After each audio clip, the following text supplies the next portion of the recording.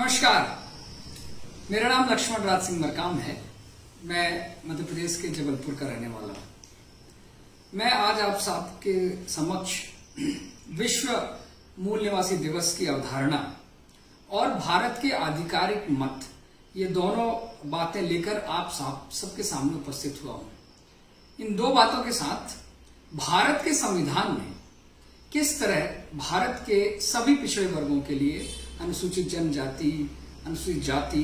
अति पिछड़ा वर्ग और ऐसे सभी वर्गों के लिए किस प्रकार इतने सारे प्रावधान जो हम सबको दिए हैं संविधान में, उन संविधानों के आगे क्या ये जो मूल निवासी घोषणा पत्र है वो टिक पाता है, इन बातों पर हम चर्चा करेंगे। तो सबसे पहले संक्षिप्त में मैं आपको बताना चाहता हूं कि ये जो मूल निवासी अवधारणा है इसका दृष्टिपात कैसे होता है। अगर वैश्विक परिप्रेक्ष्य की बात करें तो प्रथम विश्व युद्ध और द्वितीय विश्व युद्ध के बाद पूरे विश्व में शक्ति संतुलन के आपसी संघर्ष चल रहे थे। इन आपसी संघर्षों में एक विशिष्ट विचारधारा जो कि एंटी नेटिव और एंटी स्टेट थी, वो विचारधारा जिसे हम सोवियत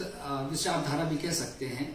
कम्युनिस्ट विचारधारा भी कह सकते हैं, वो सभी देशों को अपने फोल्ड में ले रही थी। तो ये जो एंटी नेटिव और एंटी नेशन स्टेट थे, जो कि सारे विश्व को केवल सर्वहारा और शोषित वर्ग में बांटते थे, वो बहुत शीघ्रता से इन देशों को अपने कब्जे में ले रहे थे। तो इस एंटी नेटिव आइडियोलॉजी को काउंटर करने के लिए जो दूसरी राष्ट्रीय शक्तियां थीं, उन्होंने एक नेटिव सेंटिमेंट्स को खड़ा करने का एक विमर्श शुरुआत करी। इस नेटिव सेंटिमेंट का अर्थ यह था कि जो वहां उस देश के मूल निवासी हों, वो अपनी मूल निवासी पहचान को सुदृढ़ करें। ये तो एक विषय था। जब ये विषय आया तो संयुक्त राष्ट्र संघ में एक और बात सामने आई जिसे हम बोल सकते हैं, जिसे उन्होंने नाम दिया जेनोसाइड कन्वेंशन। ये जेनोसाइड कन्वेंशन इसलिए स्थापित किया गया था ताकि विश्व में उत्तरी अमेरिका, दक्षिणी अमेरिका और ऑस्ट्रेलिया में जो महाद्वीप हैं, उनमें रहने वाले जो मूल निवासियों का बहुत बड़ी संख्या में जो नरसंहार किया गया, उस नरसंहार के पीछे कौन सी ताकतें रही हैं उसके ऊपर एक विवेचना की जाए। और आज भी इन राष्ट्रों में जो मूल निवासी समुदाय के लोग रह रहे हैं, जो एक दोयम दर्जे की नागरिकता में रह रहे हैं, जिन्हें आज भी उनके समान नागरिक अधिकार प्राप्त नहीं है, उन लोगों को समान नागरिक अधिकार देने की बात कहने के लिए जेनोसाइड कन्वेंशन की शुरुआत की गई थी। अब जेनोसाइड कन्वेंशन की जब शुरुआत की गई तो ये पाया गया कि उत्तरी अमेरिका, दक्षिणी अमेरिका और ऑस्ट्रेलिया जो महाद्वीप हैं, उनमें वहां के मूल निवासियों का नरसंहार बहुत बड़ी संख्या में किया गया। और इस नरसंहार की शुरुआत के लिए अगर हम कोई एक तिथि को चिन्हित करें तो 12 अक्टूबर 1492, इस तिथि को हम आगे रख के कह सकते हैं कि इस दिन कोलंबस जो है उत्तरी अमेरिका के एक द्वीप के टापू पर भारत के व्यापारिक मार्ग को खोजने की दृष्टि से पहुंच गया था। आप इस घटना को विश्व की एक ऐसी घटना मान सकते हैं जिसने पूरे विश्व का नक्शा इधर से उधर कर दिया। और उसने कोई नया विश्व नहीं खोजा था। क्रिस्टोफर कोलंबस जो है वो भारत के लिए व्यापारिक मार्ग खोज रहा था, क्योंकि जो उस वक्त पर रेशम उद्योग का जो व्यापारिक मार्ग था उस पर ऑटोमन एम्पायर ने कब्जा कर लिया था और वो बहुत बड़ी संख्या में उस व्यापारिक मार्ग से आवाजाही करने का उनसे टैक्स वसूलते थे। इसीलिए जो यूरोप के देश थे उन्हें मसालों के लिए भारत के एक व्यापारिक मार्ग की आवश्यकता थी। तो वो व्यापारिक मार्ग खोजने के लिए स्पेन के राजाओं की मदद से क्रिस्टोफर कोलंबस भारत के मार्ग खोजने के लिए निकला था और गलती से अमेरिका के तट पर पहुंच गया था। इस खोज को वो नई दुनिया की खोज कहते हैं, लेकिन ये नई दुनिया नहीं थी, ये वास्तव में स्थापित दुनिया थी, जो मूल निवासियों की दुनिया थी। वहां पे पहले से लोग रह रहे थे। लेकिन 14 अक्टूबर 1492 से जो मूल निवासियों के नरसंहार की एक जो प्रक्रिया शुरू होती है, ये बहुत लंबे स्तर तक चलती है। और इस प्रक्रिया को लगभग, जब हम कह सकते हैं 500 वर्ष होते हैं, 12 अक्टूबर 1992 में, तब एक बहुत बड़ा सम्मेलन अमेरिका में आयोजित किए जाने की संकल्पना बनती है,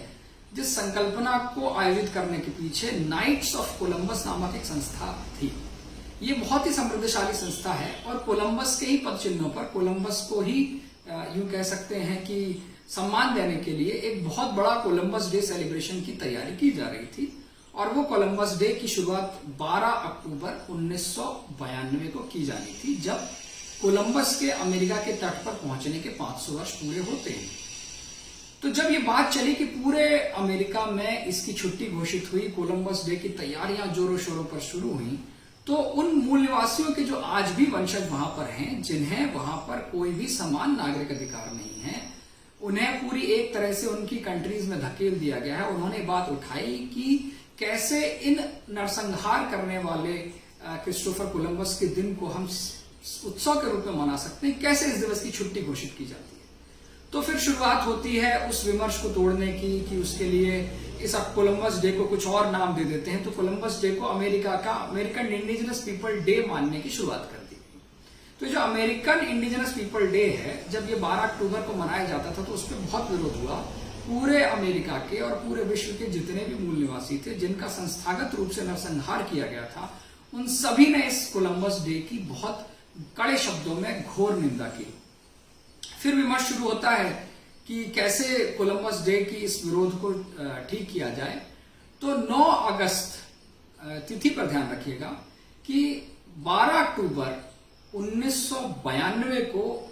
कोलंबस डे घोषित करने की शुरुआत होती है 500 वर्ष पूरे करने में। जब इस दिवस के ऊपर विरोध होता है, तब 9 अगस्त 1994 को इस दिवस को विश्व इंडिजिनस पीपल्स डे घोषित कर दिया जाता है। इन दोनों तिथियों के बीच के आप विमर्श को देखिए कि जब भी कोलंबस डे मनाने का विरोध हुआ, तभी जाकर क्यों 1994 को इस कोलंबस डे मनाने की घोषणा क्यों की गई, 1994 में ही क्यों घोषणा की गई, जबकि जो इस बात के लिए आधार बताया गया, वो आधार ये बताया गया कि working group of indigenous people, जो कि यूनाइटेड नेशन के अंतर्गत एक संस्था थी, उसकी पहली बैठक 9 अगस्त 1982 को हुई थी। लेकिन 1982 की इस घटना का पिछले 10-12 सालों में कोई जिक्र नहीं था। तो केवल यह हुआ कि क्यों ना कोलंबस दिवस को एक संवर्धित कोलंबस दिवस तौर पे मनाया जाए, और दुनिया की आंखों में धूल झोंकने के लिए ये 9 अगस्त को संवर्धित कोलंबस दिवस मनाया गया। 9 अगस्त उनके लिए एक और बात पर महत्वपूर्ण है कि जिस दुनिया को खोजने का बात कोलंबस ने शुरू की थी, उसे किसी समाप्ति पर लाने की शुरुआत कैप्टन जेम्स कुक ने की थी, जिसने 9 अगस्त के दिन पे ही बेरिंग संधि पर जाके ये बात कही थी कि अब दुनिया में कोई ऐसा महाद्वीप बचा नहीं है जहां पर वहां के मूल निवासियों पर हमारा आधिपत्य ना हो। तो ये जो 9 अगस्त का दिवस है, ये वास्तव में एक तरह से संवर्धित कोलंबस दिवस है। और संयुक्त राष्ट्र संघ ने इसके ऊपर बहुत चर्चा की, विमर्श करी कि किसी तरह इस संवर्धित कोलंबस दिवस 9 अगस्त को हम समाज के बीच में स्थापित कर पाए। तो उन्होंने जो कई विमर्श दिए, मैं उन पे विमर्शों पे नहीं जाना चाहता हूं। मैं ये कहता हूं कि उन्होंने 9 अगस्त 1982 की पहली बैठक का हवाला देते हुए 9 अगस्त 1994 से जो 9 अगस्त मनाने की शुरुआत की, उस शुरुआत के पीछे इस इंडिजिनस पीपल्स की जो परिभाषा है, उसको कहीं पर भी परिभाषित नहीं किया।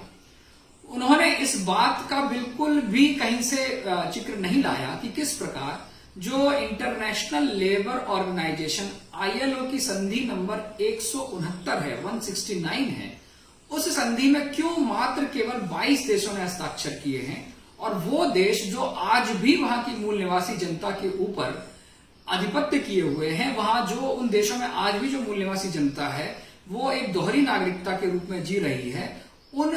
169 संधि के ऊपर कोई विमर्श क्यों नहीं किया जाता? क्योंकि जो इंटरनेशनल लेबर ऑर्गेनाइजेशन की संधि है, वो कानूनी रूप से इस बात को अधिकार देती है कि वहां पर जो मूल निवासियों के ऊपर नरसंहार हुए हैं, उनके ऊपर उन नरसंहारों की जो लोग जिम्मेदार थे, उनको इस बात के लिए जिम्मेदार ठहराया जाए। तो कहीं ना कहीं जो इंटरनेशनल लेबर ऑर्गेनाइजेशन का कन्वेंशन नंबर 169 है, उसे छुपाने के लिए ही एक नया माइल्ड कन्वेंशन लाया गया, जिसमें कि जिसे हम संवर्धित कोलंबस दिवस कह सकते हैं। और इसका उद्देश्य ये था कि किसी भी तरह से जो जेनोसाइड कन्वेंशन है दुनिया में, जो यूरोपीय रेस के द्वारा पूरे विश्व के मूल निवासियों को जिस तरह संस्थागत रूप से नरसंहार किया गया है, उस बात के ऊपर कहीं ना कहीं पर्दा डाला जा सके। आज भी 9 अगस्त के दिन पूरे अमेरिका में संयुक्त राष्ट्र के मुख्यालय के बाहर हजारों मूल निवासी जो हमारे समुदाय के वर्ग हैं वो आंदोलन करते हैं कि किस तरह से उनके ऊपर कोलंबस ने किस तरह से उनके पूरे पूर्वजों को समूल नष्ट कर दिया था। अब ये बात होती है 1994 की, जब से पहला दिवस मनाया गया, लेकिन इस पर विमर्श बहुत हुआ। 1994 से लेकर, मैं फिर से दोहराता हूं, 1994 से लेकर 13 सितंबर 2007 तक इस पर बहुत बड़ा विमर्श खड़ा किया गया और 13 सितंबर 2007 को इस विश्व इंडिजिनस पीपल्स डे या working group of indigenous people द्वारा एक इंडिजिनस पीपल्स के लिए declaration of rights of indigenous people, जिसे मूल निवासियों का अधिकारों का घोषणा पत्र भी कह सकते हैं, उसके ऊपर वोटिंग प्रक्रिया की गई। इस वोटिंग प्रक्रिया में सभी देश शामिल हुए और 4 देश जो है मुख्य रूप से इस वोटिंग प्रक्रिया में शामिल नहीं होते हैं। उसमें से प्रमुख तो अमेरिका है और ऑस्ट्रेलिया है। इन दोनों देशों में आज भी यहाँ के जो दोनों देशों में जो यूरोपियन रेसें हैं वो आज भी यहाँ के मूल निवासियों पर अधिकार कर रही हैं। आगे जाकर ऑस्ट्रेलिया के प्रधानमंत्री ने इन नरसंहारों के लिए क्षमा याचना भी की है। अमेरिका में भी जो बराक ओबामा हैं, बाद में वो इस घोषणा पत्र के समर्थन में आए और उन्होंने इसके लिए माफी भी मांगी। लेकिन जो बात यह है कि भारत ने इसके संदर्भ में क्या बात कही है। 13 सितंबर 2007 को भारत का आधिकारिक मत, भारत की तरफ से प्रतिनिधि अजय मल्होत्रा ने इस पर अपना मत रखा और उन्होंने जो 4 बातें मुख्य रूप से इसमें कही वो ये थी कि आज तक 1982 से लेकर 2007 तक मूल निवासी शब्द की परिभाषा क्या हो, इस पर आज भी कोई विमर्श खड़ा नहीं किया गया है। आज भी कोई सभी लोगों में सामान्य स्वीकृति इस शब्द के ऊपर नहीं की गई है, ना ही इस शब्द की आधिकारिक परिभाषा संयुक्त राष्ट्र संघ के द्वारा हमारे सामने रखी गई है। क्योंकि जो पहली बात ILO के कन्वेंशन में हो रही थी, वहां पर इंडिजिनस पॉपुलेशन की बात हो रही थी, ना कि इंडिजिनस पीपल। इन दोनों शब्दों में बहुत बड़ा अंतर है। दूसरी बात जो उन्होंने कही अजय मल्होत्रा ने 13 सितंबर 2007 को, वो ये कही कि ये जो मूल निवासी दिवस का जो संदर्भ है, ये जो घोषणा पत्र है, ये मुख्यतः उन देशों पर लागू है जहां पर आज भी वहां की मूल निवासी जनता के ऊपर एक यूरोपियन रेस अधिकार कर रही है, उन पर शासन कर रही है और वहां की मूल निवासी जनता को वहां के मौलिक अधिकार प्राप्त नहीं है, ना ही भाषा का अधिकार, ना वोट देने का अधिकार, ना न्याय देने का अधिकार। और भारत ने कहा था कि भारत मांग करता है कि इन देशों को, वहां के मूल निवासियों को समान अधिकार देने चाहिए।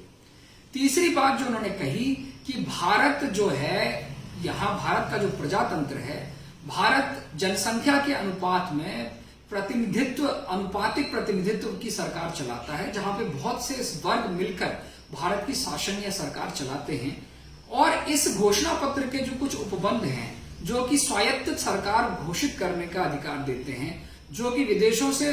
आर्थिक सहायता प्राप्त करके अपनी अलग नागरिकता प्रदान करने का अधिकार देते हैं, जो कि विदेशी सहायता के नाम पर अलग धार्मिक पहचान की बात करते हैं, ये भारत की अखंडता के लिए खतरा है। इस बात को स्थापित करते हुए अजय मल्होत्रा ने जो चौथी बात रखी थी और ये कही थी कि चूंकि ये घोषणा पत्र किसी भी तरह से कानूनी बाध्यता नहीं है, इसीलिए भारत ये बात स्पष्ट करता है कि भारत में रहने वाले सभी लोग भारत के मूल निवासी हैं और भारत विश्व के मूल निवासियों पर यूरोपीय रेसों द्वारा किए गए नरसंहारों का प्रतिकार करने के लिए इस घोषणा पत्र की सहमति में खड़ा होता है। ये बात कहते हुए अजय मल्होत्रा ने ये बात आधिकारिक रूप से वहां पर रखी। तो ये तो भारत का आधिकारिक पक्ष है, लेकिन हमें समझना होगा कि ये जो मूल निवासी अवधारणा है, इस बात को भारत के जो संविधान निर्माता थे, जो कि बाबा साहब अम्बेडकर के नेतृत्व में जो संविधान लिख रहे थे, उन्होंने बहुत पहले इस बात को भांप लिया था कि भारत जैसे विविधता में जो एक विविध देश है, उसमें भारत को कहीं ना कहीं भाषा, रीति रिवाज, पंथ के नाम पर आगे के आने वाले वर्षों में भी विघटन करने के प्रयास किए जाएंगे। इसीलिए बाबा साहब अम्बेडकर के नेतृत्व में जो संविधान लिखा गया, उसमें साफ तौर पर स्पष्ट कर दिया गया कि 1947 के बाद भारत में रहने वाला प्रत्येक व्यक्ति भारत का नागरिक है और भारत में दोहरी नागरिकता की कोई व्यवस्था नहीं है। इसके उलट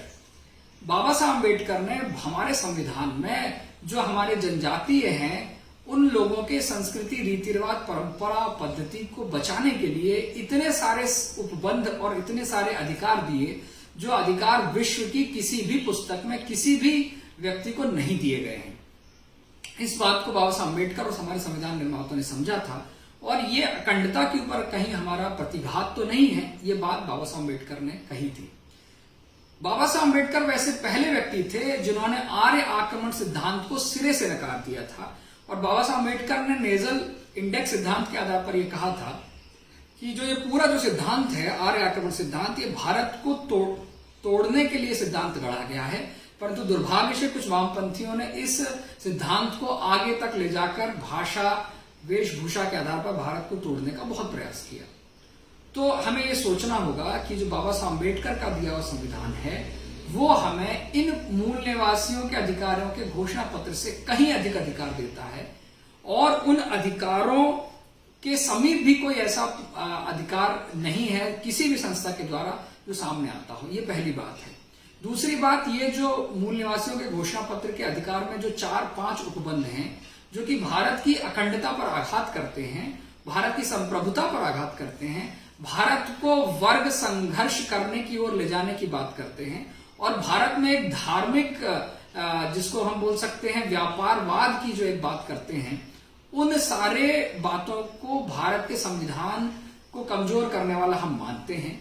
और ये सारी बातें जो किसी भी घोषणा पत्र में हो, किसी भी संस्था ने कही हो, ऐसी एक भी बात जो भारत के संविधान में दी हुई बातों के विपरीत हो, भारत के संविधान को किसी तरह से नीचा दिखाती हो, मैं ऐसे किसी भी घोषणा पत्र को भारत के संदर्भ में बिल्कुल नहीं मानता हूं। आज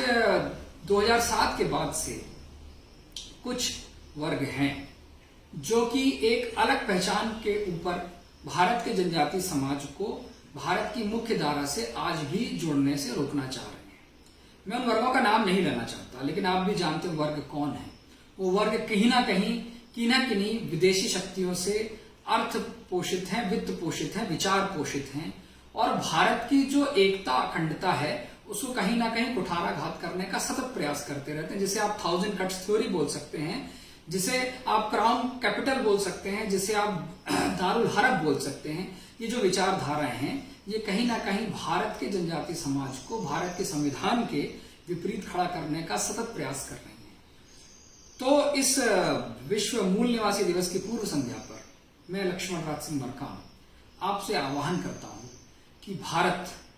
जिसने अपनी स्वाधीनता के लिए इन्हीं यूरोपीय ताकतों के साथ संघर्ष लड़ा, भारत जिसमें राजमाता रानी दुर्गावती, जिसमें बाबा बिरसा मुंडा,